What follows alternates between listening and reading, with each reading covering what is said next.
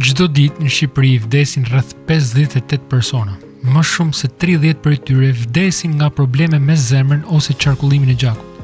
30 zemra ndalojnë së rrahuri çdo ditë për shkak të një mosfunksionimi. Dhe sot zemra jote nuk është një prej tyre. A i kupton se sa e jashtëzakonshme është kjo? Zemra jote rrahu pa u ndalur. Sytë tu u hapen dhe pan dritën. U ngrite nga shtrati vet, ece, fole, more frymë. Asnjë alarm nuk të paralajmëroi për një krizë, asnjë mjek nuk qëndroi pranë shtratit tënd. Askush nuk të ndihmoi të mbathësh çorapin. Por a e vërejtë ti këtë? Apo e morën si gjithmonë si një ditë normale?